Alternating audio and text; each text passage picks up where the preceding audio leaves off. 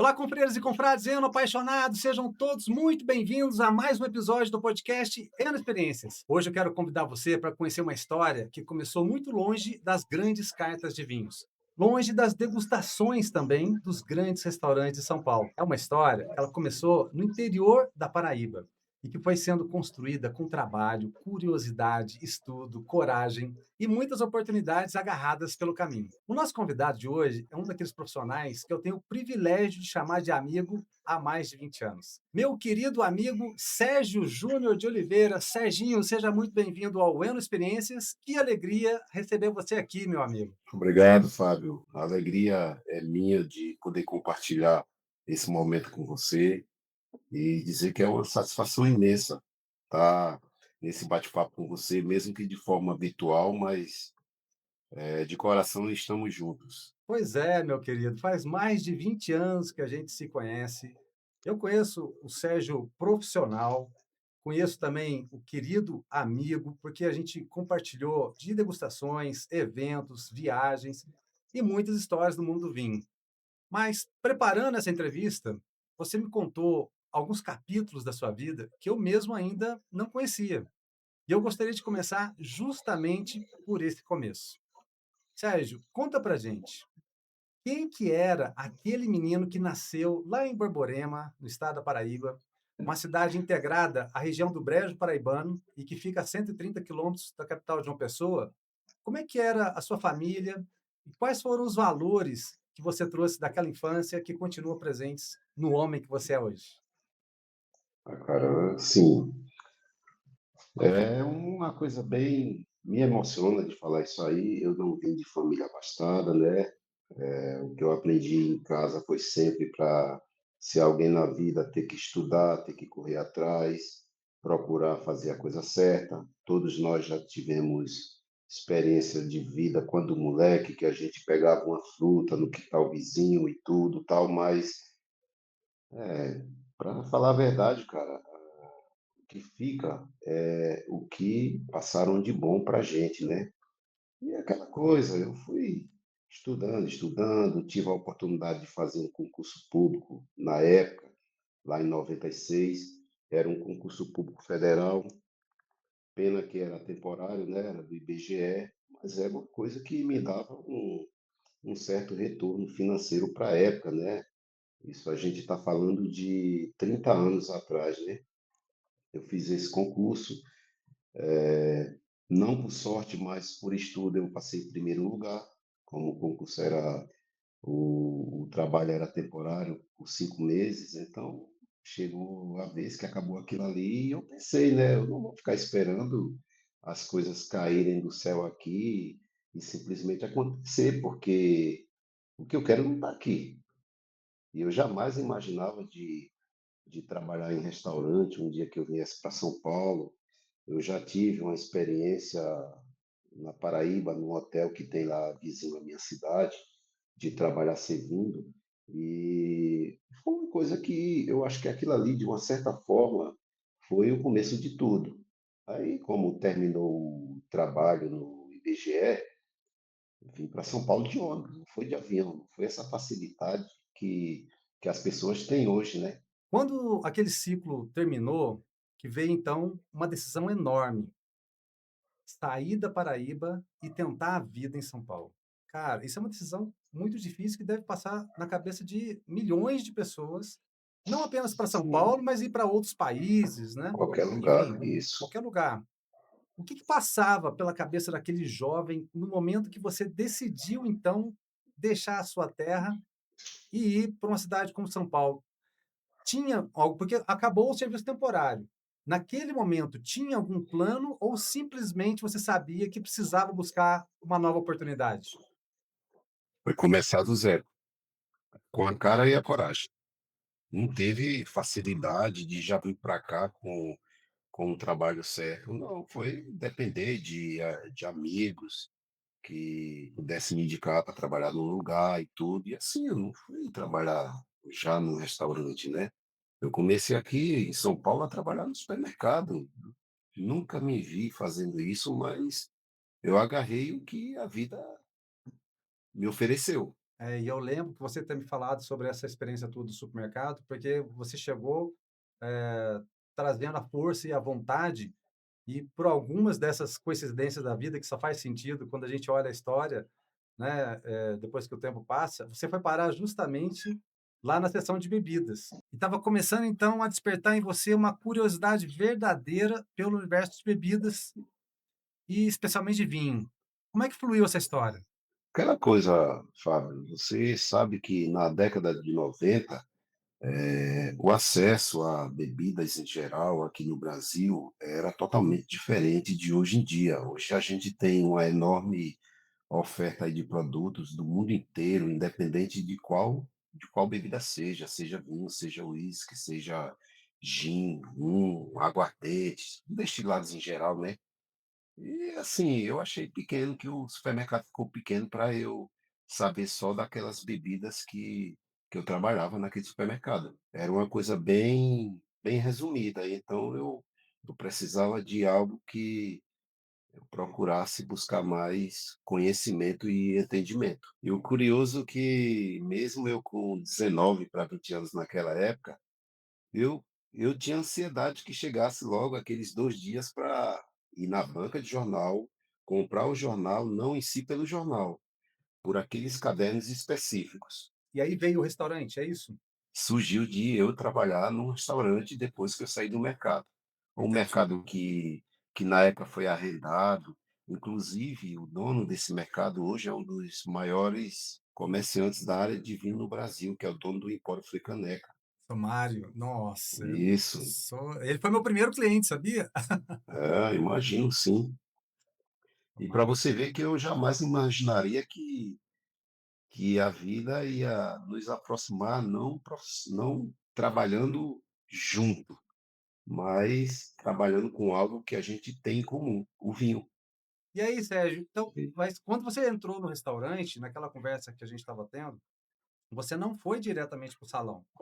Não, Você passou pela conferência, depois você foi para o é bar, e em determinado momento foi quando isso. você tomou a decisão que eu particularmente até achei interessante quando eu escutei essa tua história. Você queria ir para o salão, mesmo sabendo que inicialmente você poderia ganhar menos. Isso é Sim, com incrível. certeza. Por que que você enxergou naquele momento, então, que o salão poderia representar o seu futuro profissional? Conta pra gente essa transição de quando você chegou no restaurante, o que que você fez até você chegar no salão. É, sim, né? Comecei a trabalhar no restaurante. A princípio era uma vaga que tinha para estoquista, né? Fazer toda a parte de conferência e tudo, fazer pedido, contagem de tudo mesmo do restaurante, né? E uns 3 meses depois que eu estava trabalhando, assim, graças a Deus, eu tive o mérito de ser reconhecido que eu fazia um trabalho bem na área da conferência e surgiu uma vaga que era pro bar. E o gerente entendeu que aquilo ali seria um momento para mim, né? Porque quando eu trabalhava de conferente, eu tinha um salário X. E eu passando para trabalhar no bar, eu tinha meu salário X, tinha as comissões como 99% dos restaurantes hoje pagam, né? Então eu vi isso aí já como uma forma de reconhecimento, poder crescer.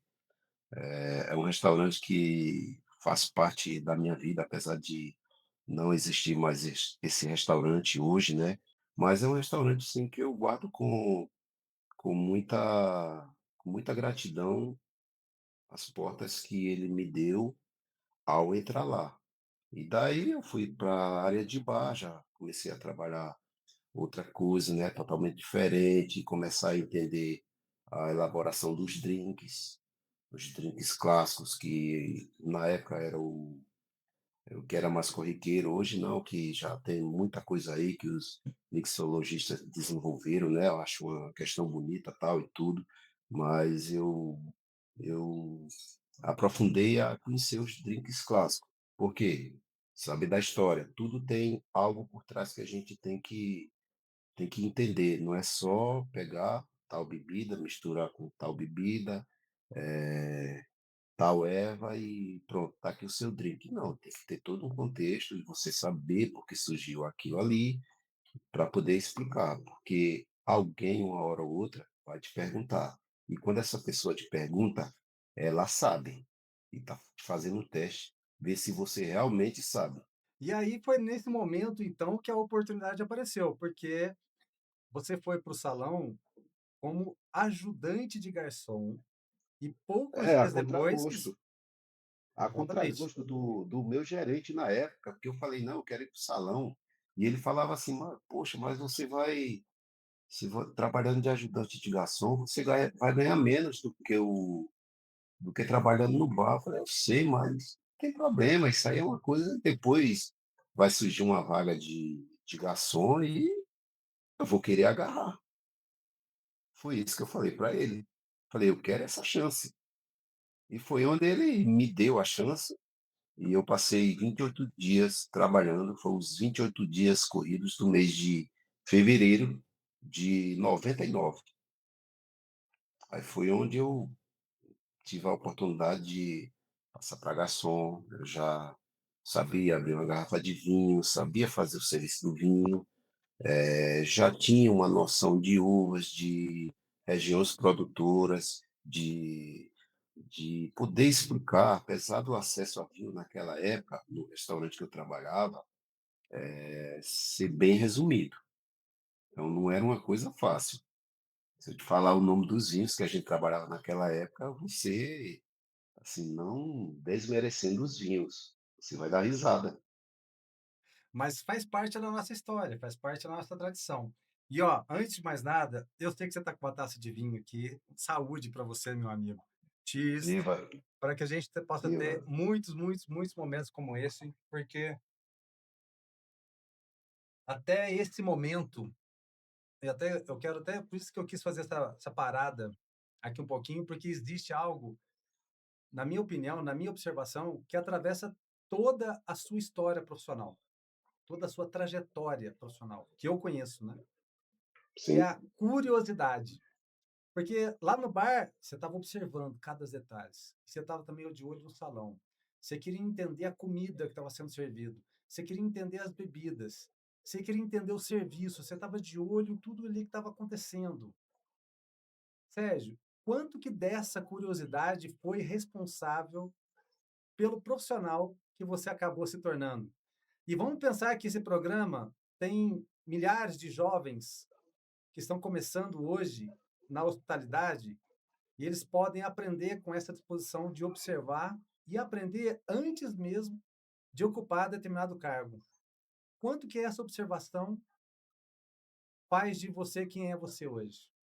perguntar, não ter medo de perguntar, ter humildade para saber ouvir quem conhece, porque hoje em dia é difícil a gente trabalhar, principalmente hoje na área da hospitalidade, na área do serviço, na hora de servir, porque infelizmente as pessoas não têm paciência para ouvir, principalmente quem está aprendendo hoje. Naquela época não, ou a gente aprendia ouvindo, ou aprendia.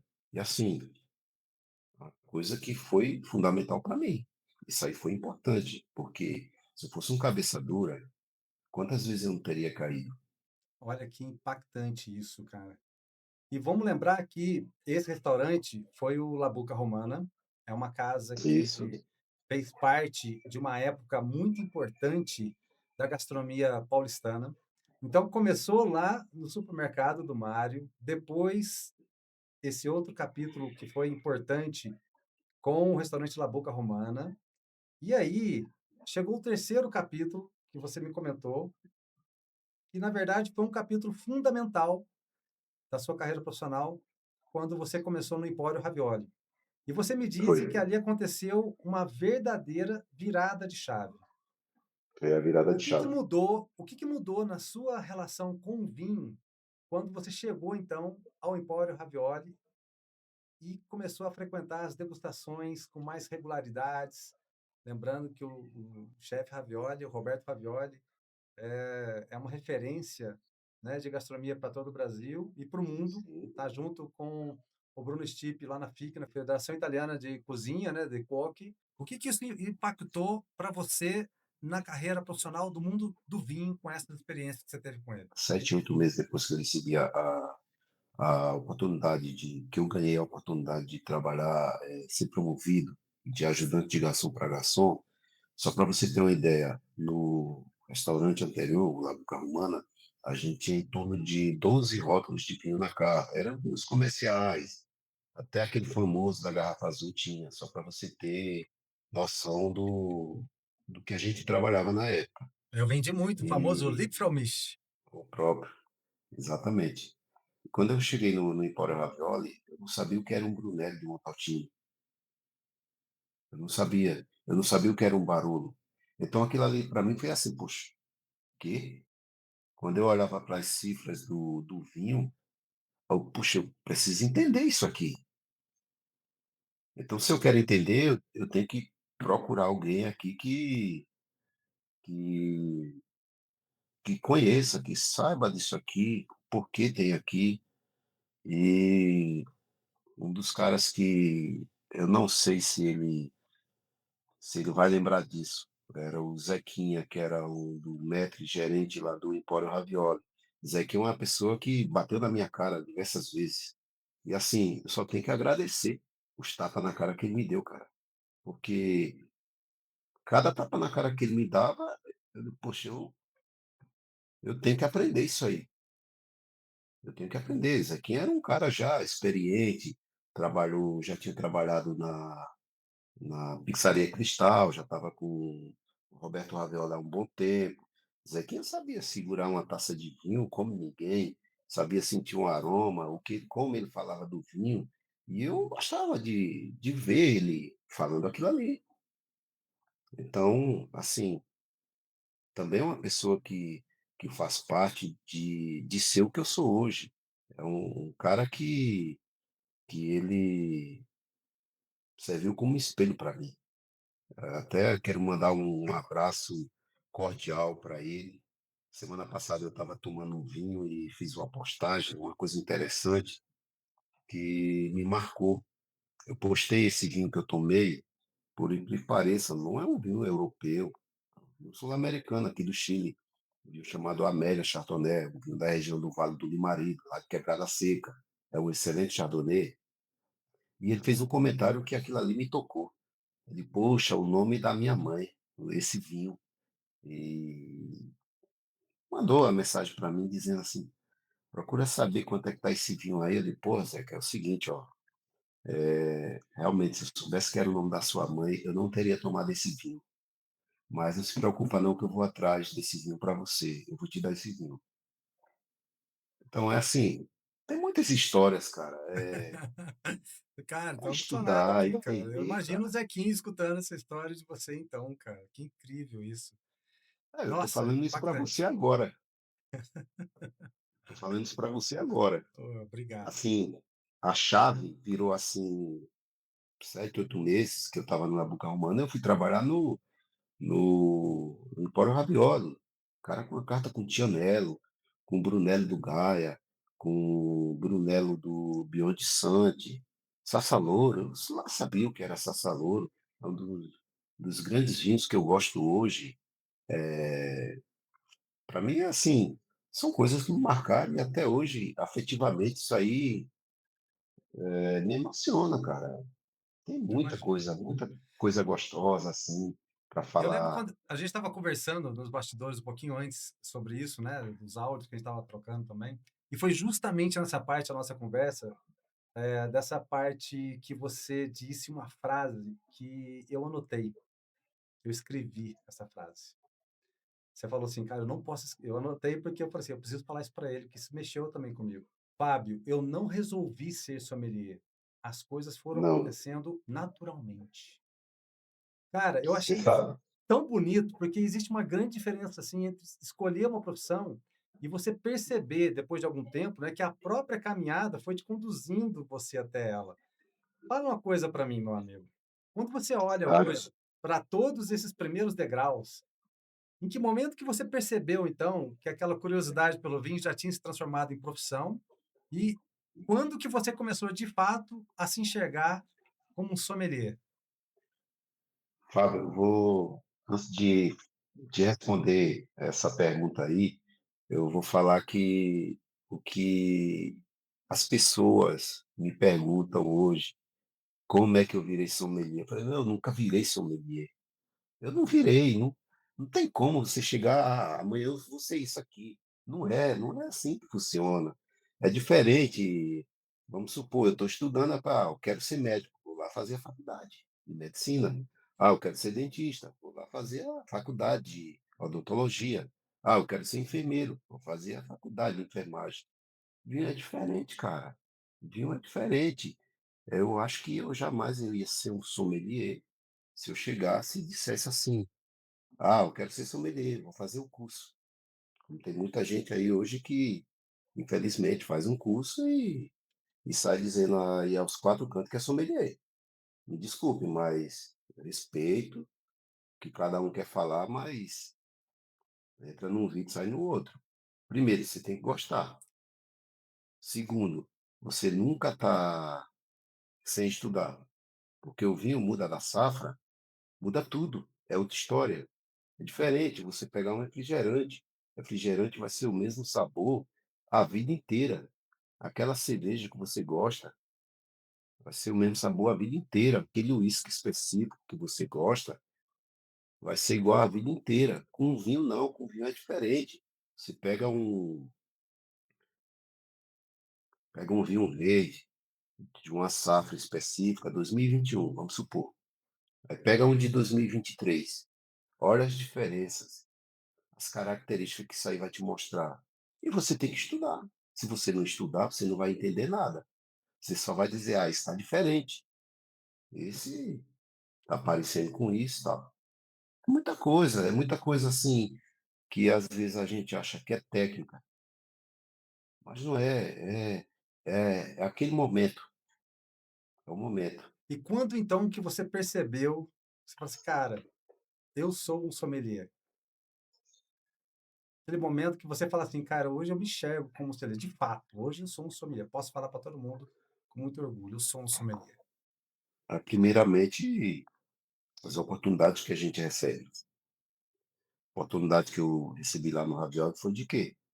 Buscar conhecimento, conhecer outros vinhos. Até então eu não sabia que a África do Sul produzia vinhos. O primeiro vinho africano que eu provei na minha vida, lá no começo dos anos 2000, fui trabalhando lá no Empório Ravioli. Toda a degustação que tinha, eu acho que era uma vez por mês. Puta, aquilo ali foi de um conhecimento para mim. Na época a gente recebia, era aqueles folder da própria vinícola, e era em inglês, uma vinícola lá da África do Sul. E você tinha que se matar para quê? Não era jogar no Google e fotografar aquele folder. Era você ir pesquisar do que você tinha na época. Então, teve tudo isso aí. Os vinhos chilenos, grandes vinhos chilenos, Dom Melchor, por exemplo, Alma Viva, Senha. Foi a partir desse momento aí que eu comecei a entender isso aí, as principais regiões produtoras de Bordeaux. Então, eu fiquei um tempo lá no Ravioli e os 180 na minha vida foi quando eu fui trabalhar no Salvatore, há mais de 20 anos atrás. E uma das coisas que eu vejo importante na minha vida foi o valor como profissional que eu tive nesse restaurante. Sou muito grato a isso aí até hoje. É um restaurante que eu já vou entrar para 21 anos que trabalho lá, e assim, sem demagogia nenhuma. Foi um restaurante que deixou eu voar. Ó, deixa eu te dar uma pausa, porque daqui a pouco eu quero chegar a essa casa onde a história profissional vai criar raízes por mais de 2 décadas. A gente vai para um rápido intervalo comercial e voltamos daqui a pouquinho, aqui no Eno Experiências. Não saia daí.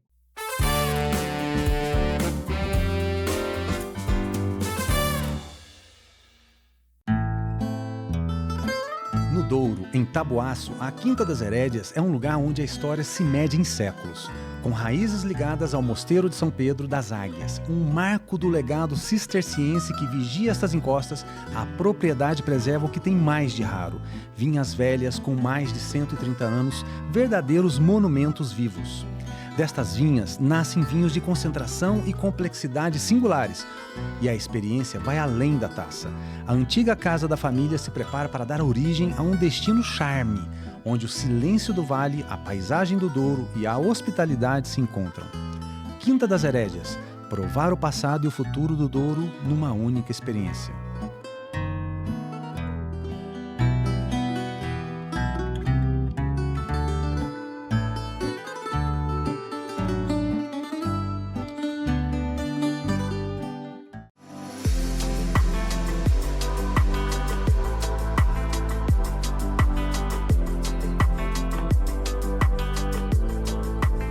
TV Poços, sempre com você.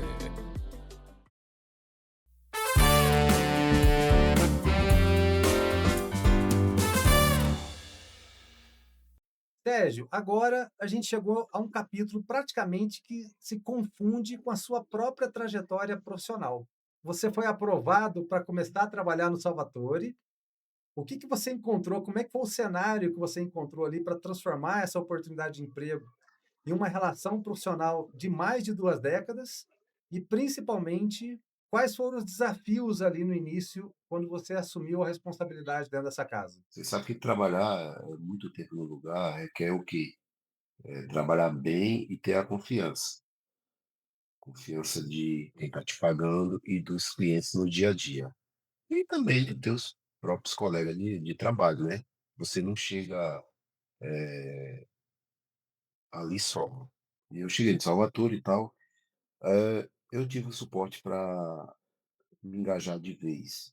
Porque é o seguinte, eu era um sommelier que eu estava mais do lado operacional do que do lado de que entendia a parte didática, mas eu precisava me aprofundar.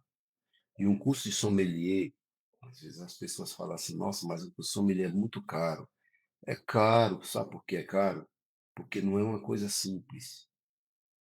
Coisa simples, é barato, mas coisa muito assim que você tem que estar ali sempre se atualizando. Não tem como ser barato. E existe também um outro componente que me interessa muito em comentar aqui, é saber ouvir.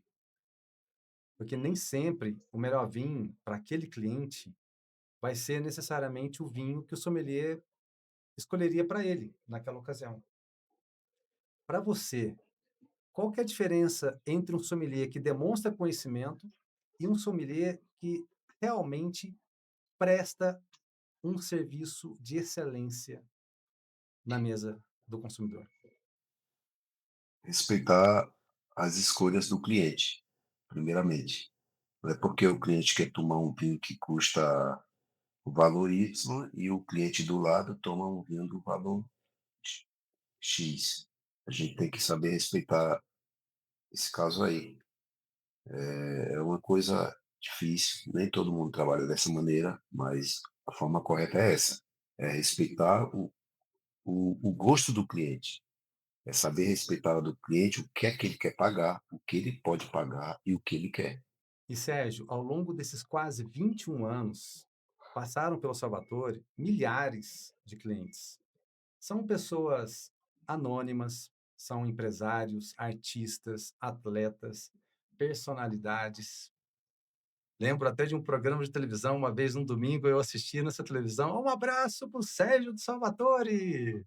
Pois é, lembro bem disso. Ah, Faustão Mas é, independente de quem esteja sentado à mesa, existe uma expectativa de ser bem recebido. A pessoa ela quer ser bem recebida, né? claro.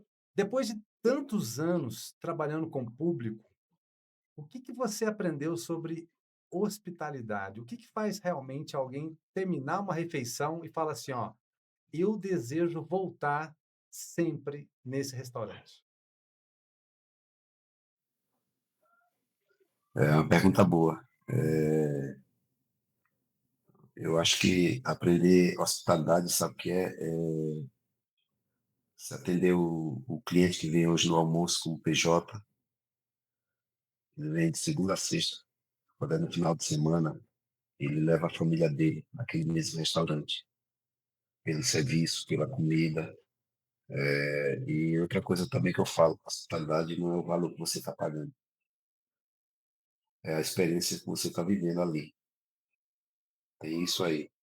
Então, acho que o melhor elogio, né, o cara chegar e te dar parabéns, você fez um trabalho maravilhoso.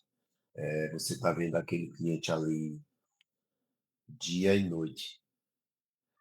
Ele está ali não por uma questão que ele precisa comer, precisa beber. Ele está ali por mais do que isso, pela experiência que ele tem com o que ele está comendo, com o que ele está bebendo e com o serviço que ele está recebendo. E agora eu quero entrar numa parte que nós dois conhecemos muito bem, porque as nossas histórias, elas também se encontraram profissionalmente através do vinho. Na época em que eu trabalhava na Expand, eu tive o privilégio de estar junto com você e você fez questão de mencionar a Expand quando você estava me contando lá na sua trajetória.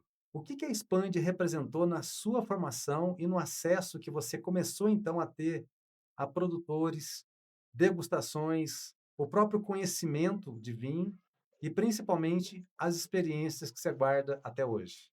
Para a época que eu comecei a trabalhar com vinho, não tem como eu passar sem falar da Expand. A Expand foi uma importadora, infelizmente não existe mais, mas foi a grande importadora que, na época, ela incentivava quem quisesse ter um conhecimento de vinho a realmente ter esse conhecimento. Era com com cursos, com viagens, com degustações. Assim, era uma coisa que surreal aquilo, cara. Expande faz parte da vida de todo cara que começou a trabalhar com vinho naquela época. Assim, é emocionante falar a respeito de Expand, porque foi a importadora que eu fui nas primeiras viagens de estado vinícola, que adianta. Eu sou um sommelier que só sei abrir o vinho, ler o rótulo, servir o cliente e pronto. Ah, eu não conheço um pé de uva de vitis vinícola, termo técnico. A maioria das pessoas acha que vinho se faz de qualquer uva. Não é assim, tem uma série de coisas por trás. E a Expand, ela deu todo o suporte necessário para isso, seja de uma viagem, uma degustação, de um curso. Então, falar de Expand é marcante. Emocionante. E Exato. assim, uma coisa que me marca também, porque desse relacionamento nasceram muitas viagens. Você conheceu as vinícolas, igual eu estava falando, no Brasil, na América do Sul, na Europa. Agora, vamos falando também uma mensagem que a gente possa ilustrar o quanto que colocar os pés dentro de um vinhedo e conversar no terroir, né, com quem produz, ele muda a maneira como que o sommelier aprende aquele vinho e, principalmente, depois o que que ele conta lá na mesa do restaurante para o consumidor que está comprando aquela garrafa. Quanto que isso impacta na sua venda? Se conhecer uma vinícola, conhecer todo o processo, como é que foi feito, de quando foi plantado aquele vinhedo, da pré-poda, da poda, da floração, da colheita, como é que foi feito o manejo daquelas uvas. Então, eu gosto desse tipo de coisa. Eu gosto de quê? Ir numa degustação, ir e entender como é que o enólogo preparou aquele vinho. Isso que a gente tem que saber repassar para o cliente quando o cliente pergunta daquele vinho, não é quantas mil caixas de vinho aquele vinhedo produziu, é entender o porquê daquele vinho, tem toda uma história por trás daquele vinhedo, daquele produtor, quando ele começou, a influência dele. Entre todas essas viagens e experiências que o vinho proporcionou a você, tenta trazer Cara, alguma. Quais foram aquelas que mais transformou a tua maneira de enxergar essa profissão? Fala uma viagem que você fala assim, nossa, cara, essa viagem foi incrível para nós. em termos de viagem, cara, a primeira é a que me marcou, a primeira. porque foi ali que eu tive a certeza de que eu estava sendo reconhecido. Ó, então daqui a pouco eu vou resgatar uma dessas viagens, uma viagem que a gente fez juntos há mais de 20 anos. A gente foi para um lugar onde aquilo que estava acontecendo nos É vinhedos fantástico. aquilo que estava acontecendo nos vinhedos contrariava muita coisa que a gente tinha aprendido nos cursos de vinhos, né? Sim. Porque era o Vale de São Francisco e aquela viagem, olhando hoje, talvez tenha nos mostrado muito cedo que o Brasil ainda tinha várias fronteiras vitivinícolas para romper. E a gente volta já já. Não sai daí.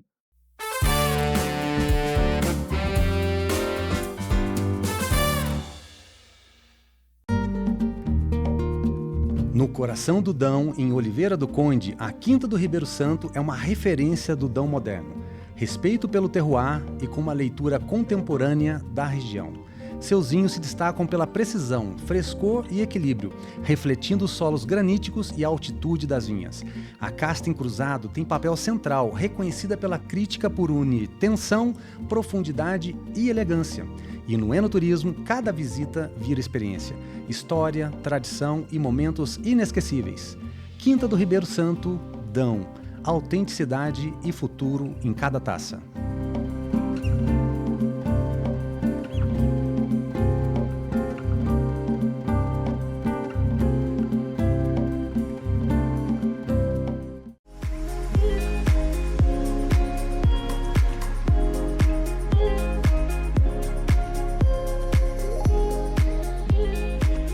TV Poços, sempre com você.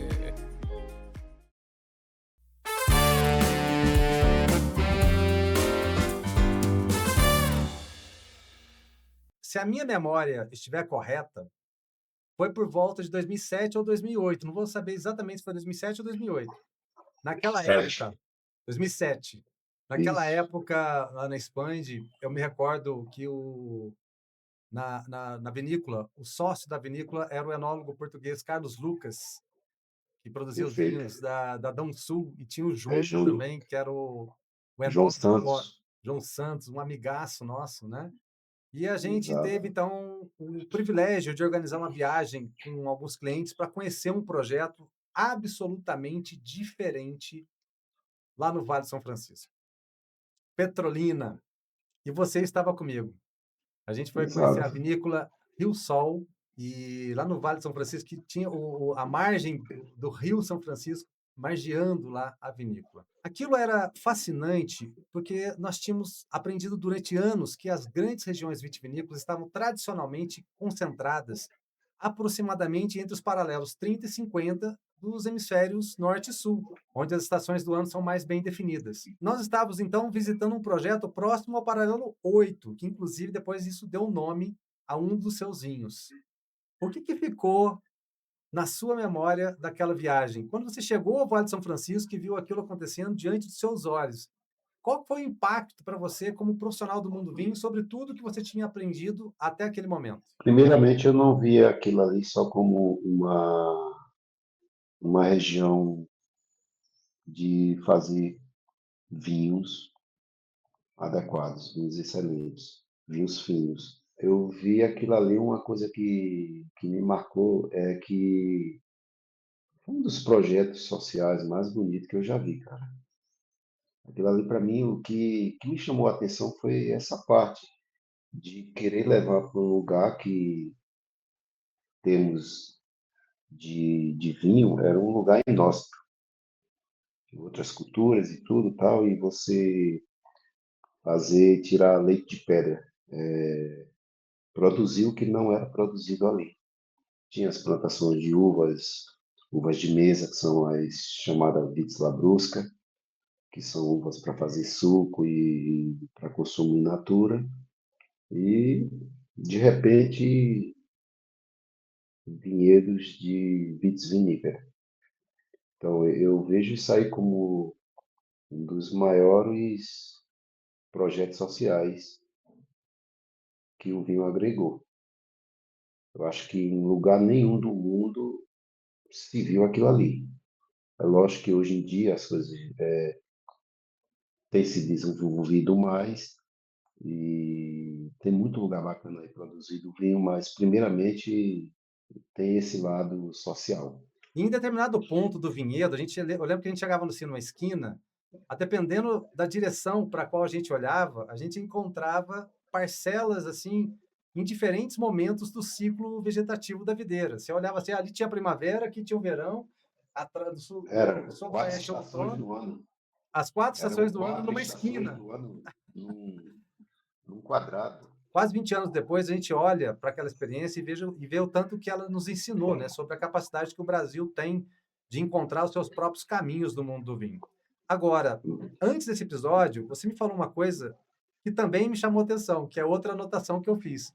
Você falou Sim. assim, Fábio, o Brasil hoje, nas suas palavras, a bola da vez. Então eu quero ouvir isso de você. Como que um sommelier que está diariamente em contato com consumidores, com importadoras, com produtores, com inúmeras referências, tanto nacionais quanto internacionais, com base nessa experiência de olhar lá atrás, ver tudo aquilo que a gente viu lá no Vale de São Francisco e ver hoje tudo que está acontecendo, como é que você enxerga o vinho brasileiro? O que que mudou?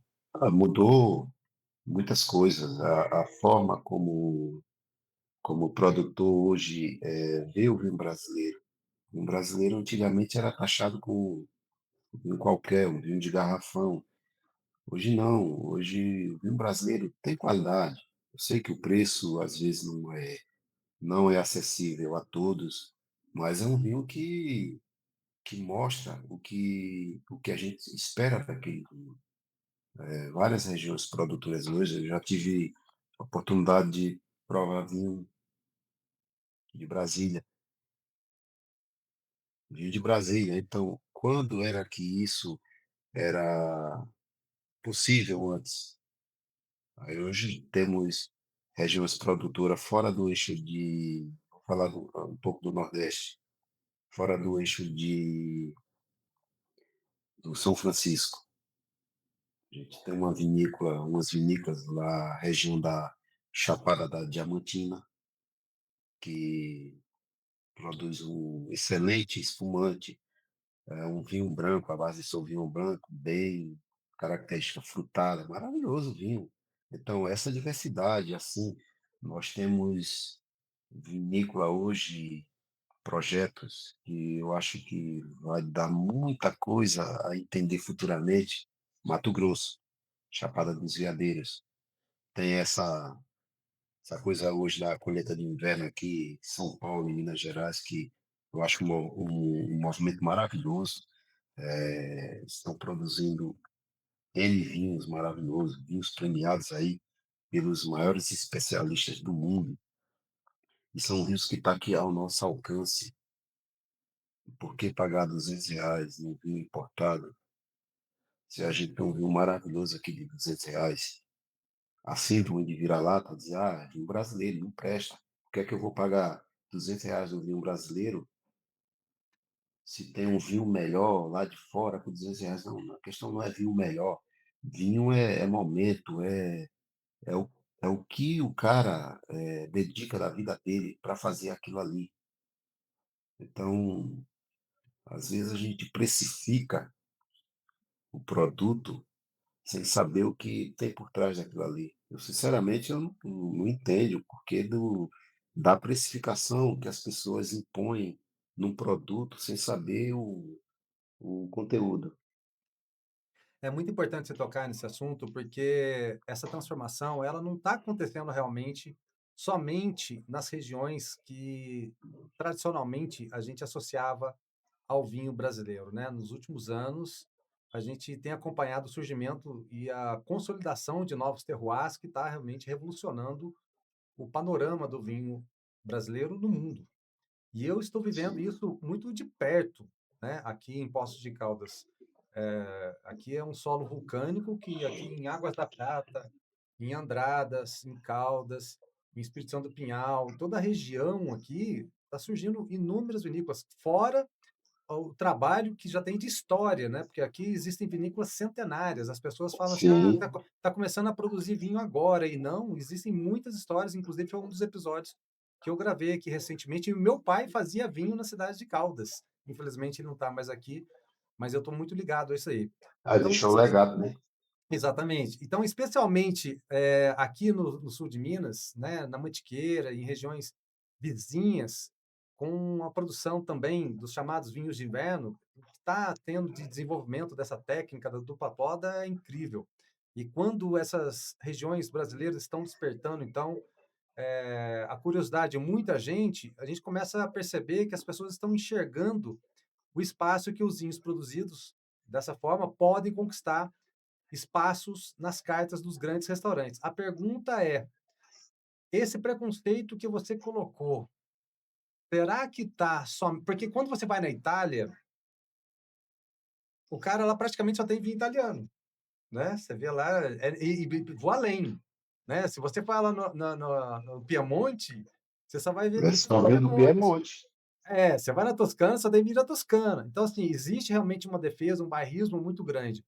Agora, se a gente tem condições também de ser eclético, porque o Brasil tem uma cultura eclética, e a gente aprecia vinhos do mundo inteiro, por que não valorizar os vinhos brasileiros, né? O que é uma dica, uma orientação para os donos das vinícolas que estão fazendo os aportes, estão fazendo os investimentos, para que eles conquistem também espaços nas cartas dos grandes restaurantes brasileiros? Procurar o restaurante, porque muitas vinícolas não procuram quem trabalha com vinho brasileiro. Não procura. Por exemplo, eu tenho uma carta de vinhos que o terceiro vinho mais vendido no restaurante é o vinho brasileiro. Primeiro é italiano, segundo é português, o terceiro é brasileiro. Quando tem vinhos da Espanha, tem vinhos franceses, tem o vinho da África do Sul, tem vinhos de outros países aqui da América do Sul. E assim, o mundo do vinho, ele, aqui no Brasil, ele é bem aberto. O vinho brasileiro, ele não está competindo com o vinho do vizinho em termos de qualidade. Ele não deixa nada a desejar para o vinho uruguaio, para o vinho chileno, para o vinho argentino. E se fala, o vinho brasileiro é caro, tem muito vinho aí de países vizinhos aqui que custa 6, 7 vezes o valor do vinho mais caro de um determinado produtor brasileiro. Se você olhar tecnicamente uma degustação, o vinho brasileiro não vai deixar nada a desejar. Não estou sendo bairrista, não estou levantando bandeira de que o vinho brasileiro é melhor do que o vinho da Argentina, do Chile, da África do Sul, não. Uma coisa que eu tenho percebido, que o vinho brasileiro hoje no restaurante, ele está sendo valorizado hoje graças ao que? Globalização. O que é globalização? O cara vem lá da China, ou vem dos Estados Unidos, ou vem de algum país da Europa, e está trabalhando numa empresa aqui, ele chega lá no restaurante que você trabalha, tudo. Ah, eu quero conhecer o vinho brasileiro. E ele se surpreende. Ele se surpreende. Então, através de um cara que veio lá de fora, do trabalho que a gente também procura fazer, procura colocar na carta de vinho, procura saber como é que é aquele vinho, tá tomando essa coisa, essa dimensão.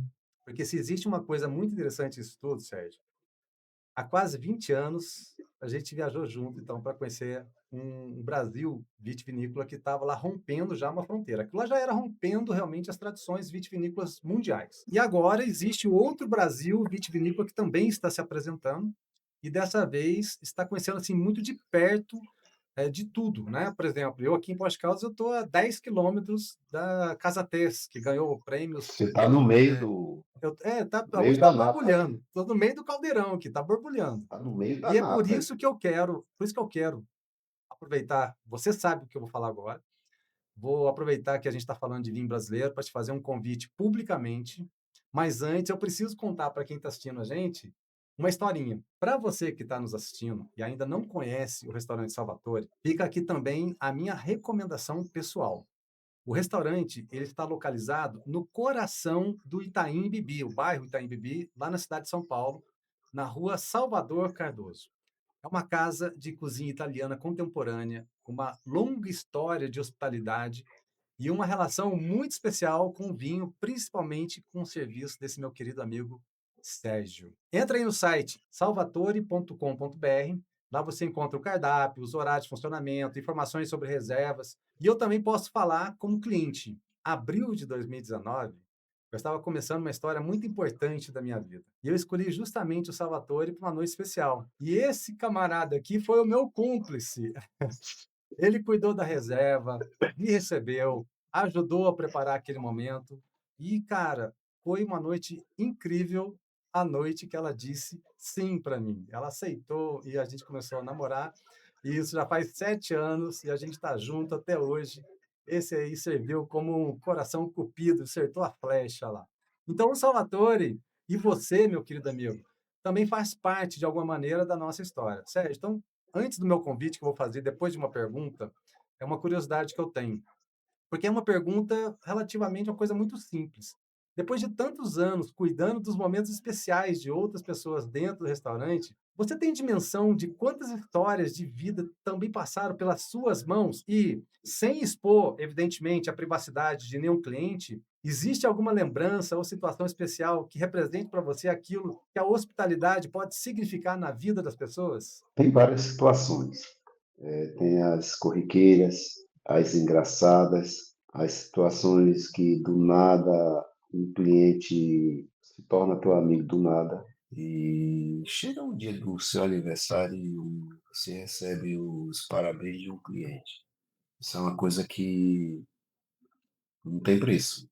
Incrível, né? Quer dizer, você receber os parabéns de um amigo hoje em dia já é difícil. Nessa loucura do dia a dia, ninguém lembra mais de nada. E do nada você receber um parabéns de um cliente, então isso para mim é importante, isso para mim é especial. Não lembra de você só na hora do trabalho que você está atendendo aquela pessoa que você está sugerindo, mas lembra de você em momentos assim do teu dia a dia, não como profissional, mas como pessoa. Eu acho isso importante, eu acho que isso é válido, muito, muito mesmo. Ó, meu amigo, agora então chegou a nossa vez de retribuir um pouquinho dessa hospitalidade. Eu já te fiz esse convite particularmente, mas agora eu quero deixar registrado aqui no Eno Experiências. Quero que o meu querido amigo Sérgio esteja aqui em Poços de Caldas, você e sua esposa, passeando. Vocês vão ficar aqui na Com minha certeza. casa, bem E já falei descansado. para ela, viu? Já Aí, ó, falei para ela que eu estou devendo uma visita aí e logo, logo isso aí vai acontecer. se dois familiares estiverem juntos aqui em Poços de Caldas, alguma coisa vai acontecer, meu amigo. Você pode ter Ave certeza Maria. disso. E, ó, talvez quase 20 anos depois daquela viagem que a gente fez juntos para Petrolina, quem sabe a gente possa escrever um novo capítulo dessa história. O convite está feito publicamente, porque a pergunta é: bora voltar a colocar o pé num vinhedo? Só que aqui agora na Vamos nossa sim. região, vamos visitar uma É, vinícola aqui na nossa aqui região? mais próximo. Outra coisa também, não sei se vai dar tempo aí, mas não importa se vai ao ar ou não. Outra coisa gostosa também que aconteceu naquela viagem para Petrolina. Nós tínhamos um desafio, não sei se você lembra, que Lembra? a mesmo pessoal que foi um ano antes, mesma quantidade de pessoas, um ano antes foi, e eles tomaram 44 garrafas de vinho, isso em 2 dias. E a gente chegou lá e disse, vou quebrar esse recorde. A gente tomou 84. E detalhe, eu ainda cheguei pro pessoal e falei assim, olha, não vai no vinho tinto. A gente tá aqui no sol, as margens do Rio São Francisco, calor, clima gostoso. Vamos tomar espumante e tomar vinho branco, rapaziada. Que a gente quebra esse recorde fácil, fácil. E não deu outra. E eu lembro que a gente pulou no Rio São Francisco, a gente foi nadar no Rio São Foi, Francisco e depois a gente deitou lá na literalmente. rede. Nossa, que espetáculo que foi aquilo. As Meu querido, e memórias antes, que é delicioso. Ó, e antes de encerrar, eu tenho uma última pergunta. Talvez ela sim, seja a mais simples de todas, mas eu acho muito importante a gente fazer essa análise desse episódio. Sérgio, você saiu lá de Borborema, interior da Paraíba, chegou a São Paulo sem saber exatamente o que você ia encontrar pela frente. Trabalhou no supermercado, foi conferente, foi para o bar, escolheu ganhar menos para tentar uma oportunidade no salão, virou garçom, estudou, degustou, viajou, conheceu produtores e regiões pelo mundo e construiu uma história de praticamente 21 anos dentro de uma tradicional casa em uma das mais respeitadas casas da gastronomia paulistana. Se aquele jovem que saiu lá da Paraíba pudesse encontrar o Sérgio de hoje, que está aqui conversando comigo, o que você gostaria de dizer para aquele jovem Sérgio que estava saindo da Paraíba?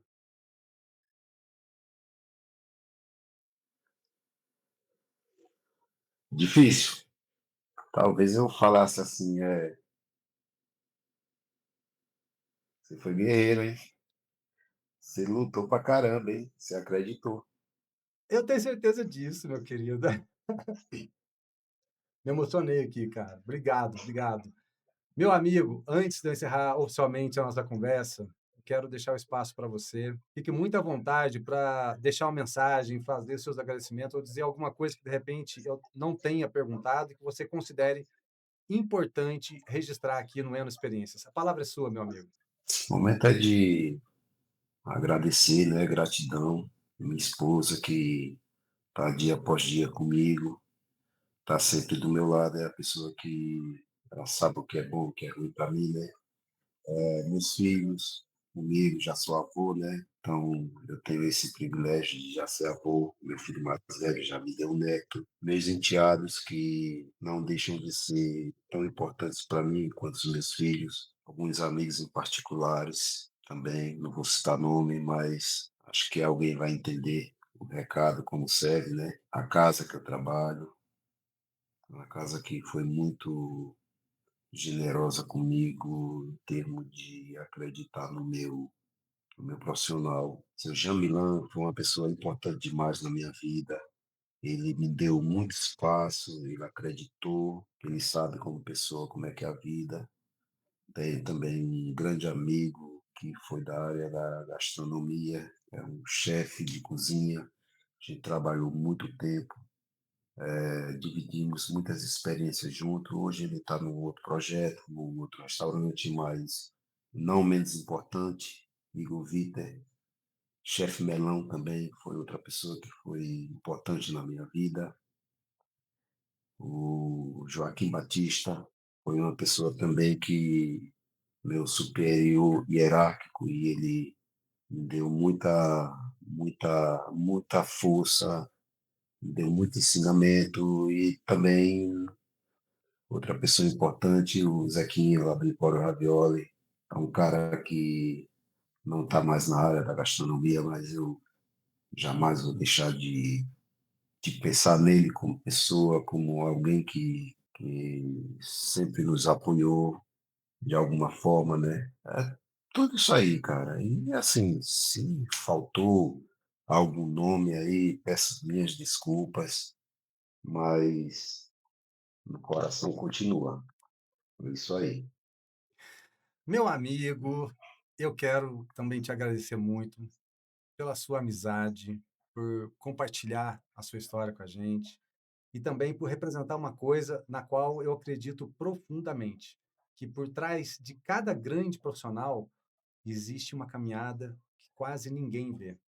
E talvez essa seja uma das maiores experiências que o vinho pode proporcionar para a gente, meu amigo. Não apenas aquilo que existe dentro da taça, mas principalmente as pessoas que a gente encontra ao redor dela. Obrigado. Em breve a gente vai estar junto, hein? Se Eu Deus que quiser. agradeço. E vamos fazer qualquer dia um presencialmente. Vamos Fazer fazer, um se Deus quiser. bate-papo, Assim né? será. É isso Com aí. certeza.